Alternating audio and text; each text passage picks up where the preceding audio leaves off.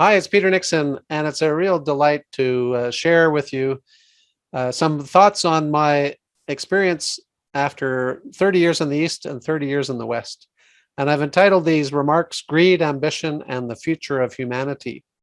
As a negotiation consultant, it seems relevant to be talking about greed, ambition, and the future of humanity. So let me take you back. My genealogy background is to go all the way back to the 15th century. My oldest known relative was a archer, and in those eras, we would protect uh, the bad people from coming into the castle, and we'd ambitiously look after our families and loved ones inside the castle grounds. Into the 1600s, however, we became more adventurous. If I lived then, I would have been an explorer. I can trace at least one lineage back to the Mayflower, 1603, when they landed in America. It was a time of exploitation. It was a time of colonization. And it's still a time today that points to some of the terrible problems that happened back then due to greed and ambition. The 17 and 1800s were also a time of greed and ambition. I guess my relatives were cleared, if you wish, from the lands. I don't know if they were sent packing or simply left because they were starving. But they left the UK and they landed in Canada in two parts. My father's lineage came up through the Eastern Townships, where they were farmers as well as uh, pastors in the Anglican and in the Presbyterian churches. And my mother's lineage came up from the Dakotas um, as doctors, and they founded and set up the Montreal Homeopathic Hospital in Montreal, right across the street from McGill University. The first half of the 20th century was a period where greed and ambition were on steroids. You know, the First and Second World War, absolutely crazy. My grandfather, two of his brothers went across for the First War and thankfully survived, but so many were killed. The St. Lawrence Seaway was opened up, built, and created great export wealth for both Canada and the United States and for Montreal. And the family business of the homeopathic hospital spread into bigger digs in the western suburbs of Montreal and renamed itself the Queen Elizabeth Hospital. I came along in 61, and for those next 30 years, it was a time of both ambition and greed for Montreal and for Quebec. They proudly showed off the World Exposition in 67 and again the Olympics in 76. But it was a time when the separatists came to terror the streets. In 1970, we had troops even in my own street in the town of Mount Royal, protecting the English from the French terrorists. And the separatists came to power in 1976. And that led to eventually 1 million of the Anglophone community leaving Quebec, where they had spent hundreds of years living. This included most, if not all, of my family and pretty much all of my secondary school friends and my community.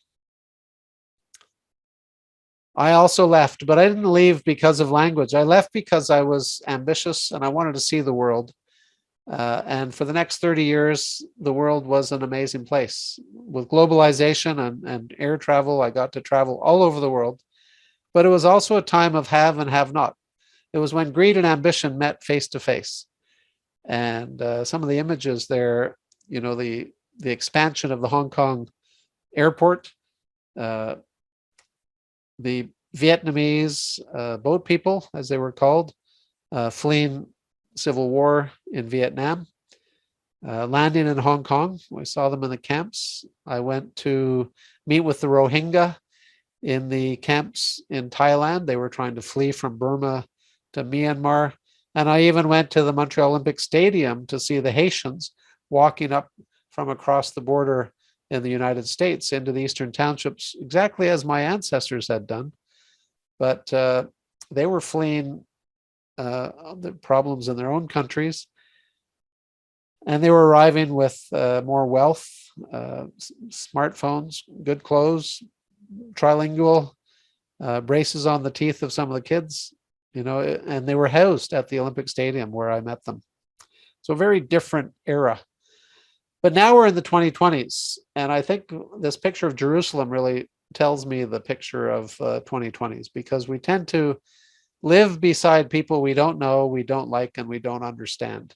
And if you've been to Jerusalem, you understand the overlay of all the religions. And as night falls in East Jerusalem, you will see things you don't see elsewhere. So my question to you is, will greed and ambition continue to define our future as it has the past? Will pollution kill the air in Delhi, as is photographed here, or war between East and West ruin Damascus, as we see in the pictures there? Do we belong? Do we feel like we belong where we live? When I visited East Berlin before the wall came down, they wanted to reunite with the West and vice versa. But after the wall came down, they didn't like each other. They found that they were too different.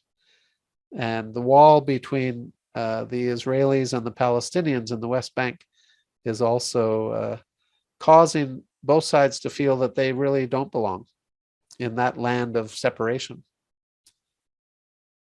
Another question I ask is, will we continue to include some but exclude others? My trip to Auschwitz-Birkenau was shocking. If any of you have been to any of the concentration camps left over from the World War II, you would have felt the same. But when I lived in Geneva, I felt some hope for the future of the world, because we try to live and work together. And that's really enunciated well through the international schools like DBIS, where I've worked and sent my children. So I've been lucky, 30 years, visited 60 countries around the world, worked with maybe some 600 organizations, some 6,000 leaders. And for me, it's given me maybe 6 ways to see the light through the crack. And these are the 6. First, life is not a zero-sum game. We need to learn how to grow the pie before we split the pie. This is Nobel-winning economics. And so when we try to separate or make America great again, or push for independence, it's counter to the whole idea of working together. Number 2, today's world is more complicated than it has ever been. So to be successful, leaders need dialogue to handle the ambiguity and the deadlocks that we're facing. Number 3, when we fail to dialogue, something I call dialogue gap being the failure or shortage of dialogue skills just when we need them most. Failure to dialogue is a form of violence in itself. And it causes people to lie down, a new term, tanping in China. The kids don't want to work anymore. Or to quit. Both UK and US are recording record numbers of employees quitting their jobs in the last 24 months. Or migrate. I think we're up to 80 million people migrating in the world now. Or hitting back, violence. I saw the violence in the streets in the 70s in Montreal. I saw and lived through the violence in the streets in Hong Kong in 2019. When there's a lack of dialogue on the part of leaders, it is violence. It doesn't look violent, but it creates a violent reaction. Number 4, effective dialogue and negotiation involves clearly understanding and working with the issues and the stakeholders involved. So this is where you roll up your sleeves. You got to do some homework. For example, Hong Kong is grappling with this clash of values between East and West. And if we just look at one of those issues, the whole idea of social stability, a Western view of that, the value would say, well, we get social stability through social and individual rights and freedoms. But the East and China would say, no, you get that through social order, people doing what they're supposed to be doing. And they clamp down when people don't do it the way they're supposed to do it. The 5th crack that allows me to see the light is that issues are seldom black and white. In fact, they're always gray. And when leaders simplify the issues to black and white, they create extremist conflict. So whether we're comrades in the East or cowboys in the West, it doesn't matter. If you're pushing extremes, you're going to have conflict. And we have enough conflict today. We need to figure out how to get past that. And finally, the sixth crack that allows the light to come through is that we need current and emerging leaders to develop and use dialogue and negotiation skills to achieve a sustainable future. We have no choice. Let me explain. If we look to the past and we think, will greed and ambition continue to define our future as it has in the past? Will the separatists come to power in Quebec and the English leave? Or the communists come to power in Hong Kong and the Democrats leave? Is that what we're after? I don't think so. Because as we saw this summer in the Okanagan, when the town of Lytton caught fire and burned to the ground, and the temperatures escalated to almost 50 degrees for the first time in history.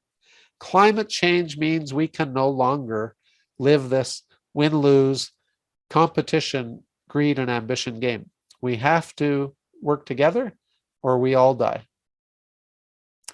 So what can we do? Well, we can sponsor ways for opponents, stakeholders to engage with each other in dialogue and listen so that they can at least understand each other.